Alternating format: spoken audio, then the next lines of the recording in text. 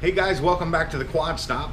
We're going to be doing some work on our Fourtrax300 4x4. This is our basically do all, say all, recover all when we go out and get kind of dumb and we need somebody to come get us out. We're going to be doing some floorboards from StrongMade. What it does is basically eliminates all your floppy fenders and gives you a nice solid place to put your feet. So they just showed up, so let's take a look, see what we got.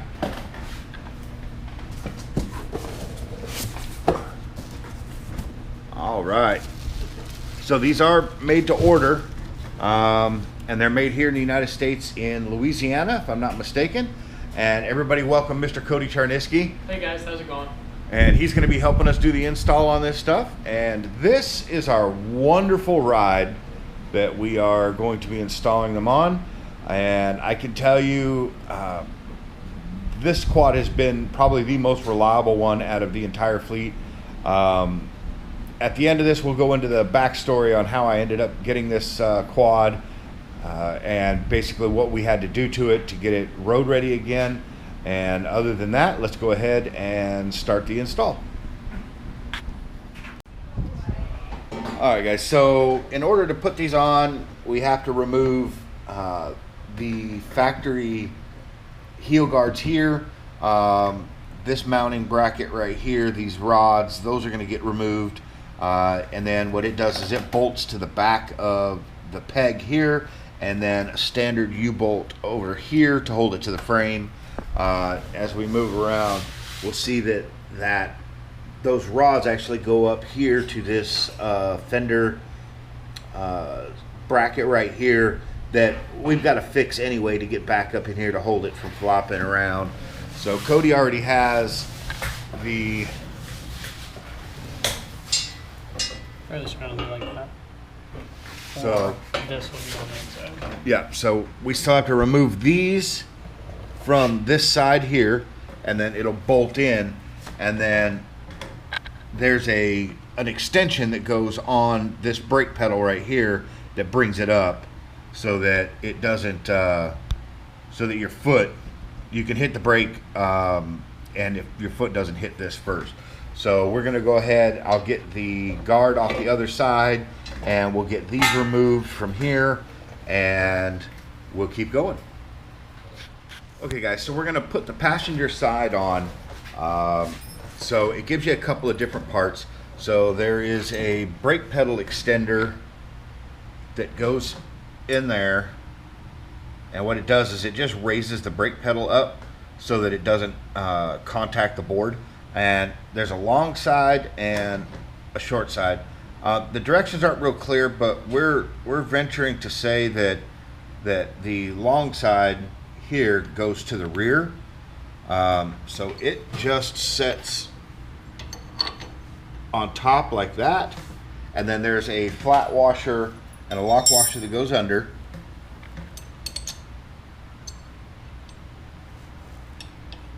Here.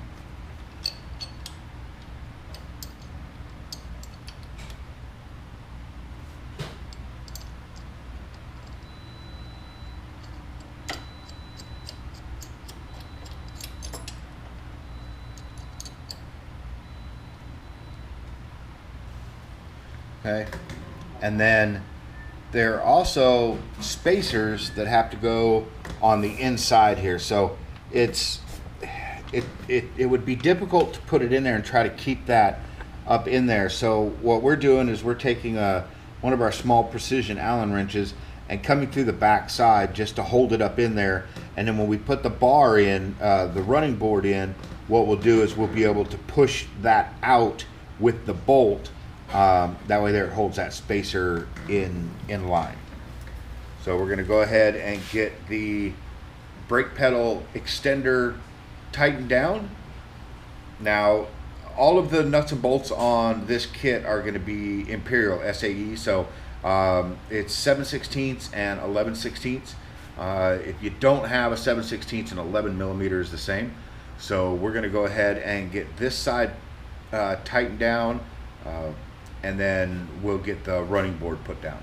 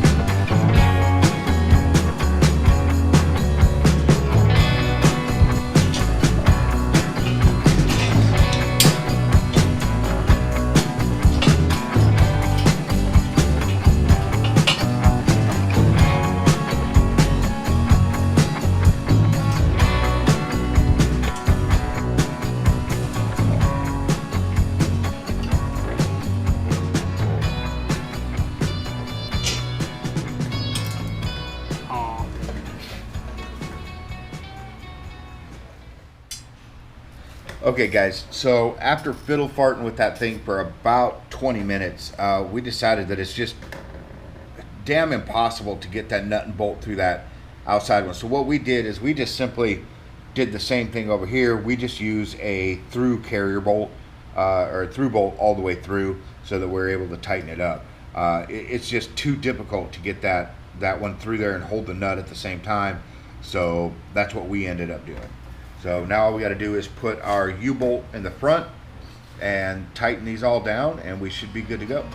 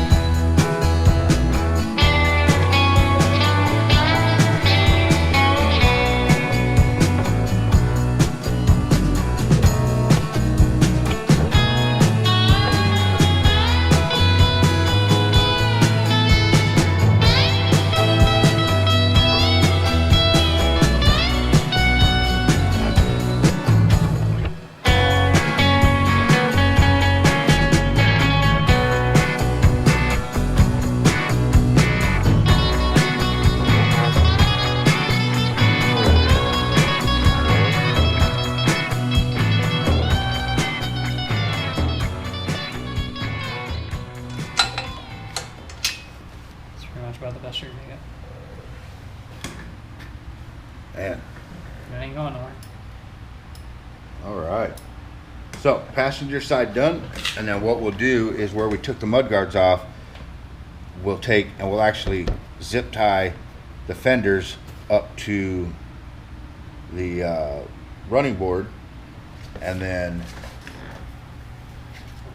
on the front, I think what we may do just to keep these from flapping around, we may go ahead and drill a hole here and here just to pull it back against it, and I think later if we decide to put a bigger tire on it, that'll help us with some tire clearance. So we're gonna move over to the left side and we're gonna get that taken care of now that we kind of sort of know what we're doing. Okay guys, so the left side installs exactly the same way as the right side, with the exception of the shifter here.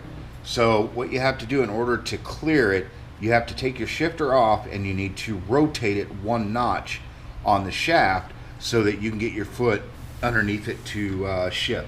So other than that, they install the exact same way. It could be a little difficult to get the U-bolts on down there, but we were able to get them in there. Just be patient with it, and everything should go in. Again, we ended up going with a bolt that goes all the way through. I honestly believe that for what you pay for these, that is the best way to do it, and maybe we can make that suggestion over to the guys that make these at Strong Made to just go ahead and include the longer bolt and the additional spacer that goes between inside the foot peg. So what we're going to do is I'll show you what the other side looks like when we finished up with it. So we did figure out that the foot pad, the extension, turns sideways. And we've got our zip ties holding these. It does actually help stabilize the fender quite a bit. I think what we're going to end up doing, because they look fantastic, but the front fender shields or guards or whatever you want to call them, the mud flaps on the front, they come down a little bit far, and it just doesn't look like it matches properly. So I think what we're going to do is we're going to go ahead and we're going to cut these about right here all the way across, and then when we pull them up, we can zip tie them to the floorboards. I think that'll give it a much cleaner look. It'll give it a little bit more ground clearance. But other than that, guys, this 300 is 100% factory original stock, as far as there's no modifications done to it, nothing like that. So the story behind this 300 is I do obviously a lot of work out of my shop here at home, and a gentleman came up and asked me if I bought quads. Well, of course I buy quads. So he wanted me to come down and take a look and see. He had one on his back patio, and I wasn't real in a hurry to take a look at it, but he came up and asked if we wanted to buy it. So I went over and took a look at it. He said all he knew about it was a Honda. So we went ahead and I went over and took a look, and sure enough, here it was sitting in his back patio. It had been undercover for a couple of years. It belonged to his son-in-law. His son-in-law brought it down from Tennessee, and then he had passed away. So it had sat in disrepair on the back patio because it had some front differential issues. So it was in really good shape. So I asked him what he wanted for it, and he politely said, if you could just take it away, take it with you. I'll give you the ramps. So it was one of the triple fold aluminum ramps, and he said, do you think $150 is too much? I said, no, that seems quite fair. So I paid him $150 for it. Didn't know if it ran, didn't know anything about it. We got it here to the house. The battery in it was still good. It was a low on charge, but it was good. The gas tank had no rust inside of it, which was amazing. They had drained the fuel out of it. So all we did was replace the key switch, charge the battery, and put some fresh fuel in it. And when we bumped the key, it started. Now, it did have some other issues that we had to go through and fix. Okay, so like I was saying before, I was so rudely interrupted by a dead battery. When we fired it up, it did run. It didn't run well, but it smoked like a freight train. I'm pretty sure after we started it up, there wasn't a mosquito alive within 3 miles of the house. So we ended up doing a full top end rebuild on it. We did a new timing chain, tensioner, did rear axle bearings on it, did brakes in the front. We ended up rebuilding the entire front diff, new front CV axles. All in all, guys, with the cost of the quad, I think even now with the floorboards, I think total costs were in the quad about $900. And it is by far one of the best quads that we have in the stable right now.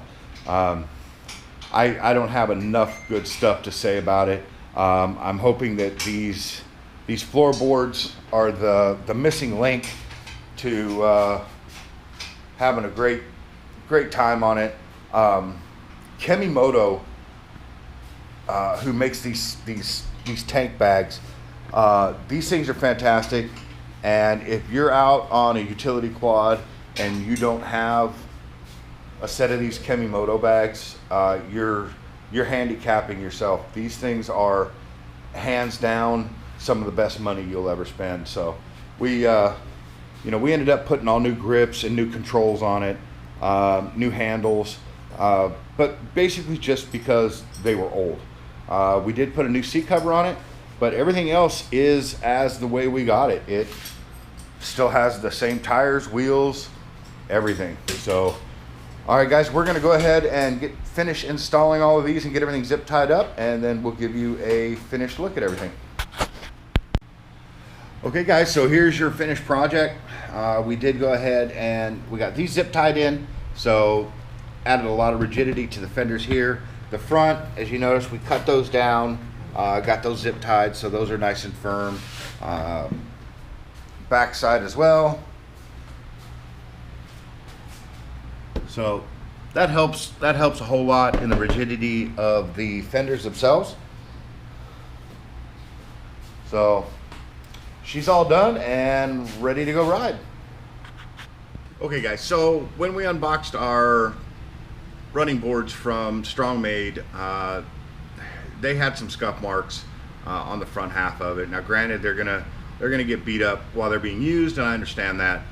So when I opened them up, I went ahead and called the guys over at StrongMade, and they said, hey, they're willing to do anything they can to help us out and make it right. I went ahead and installed them anyway because, again, they're going to get beat up. We are in Florida.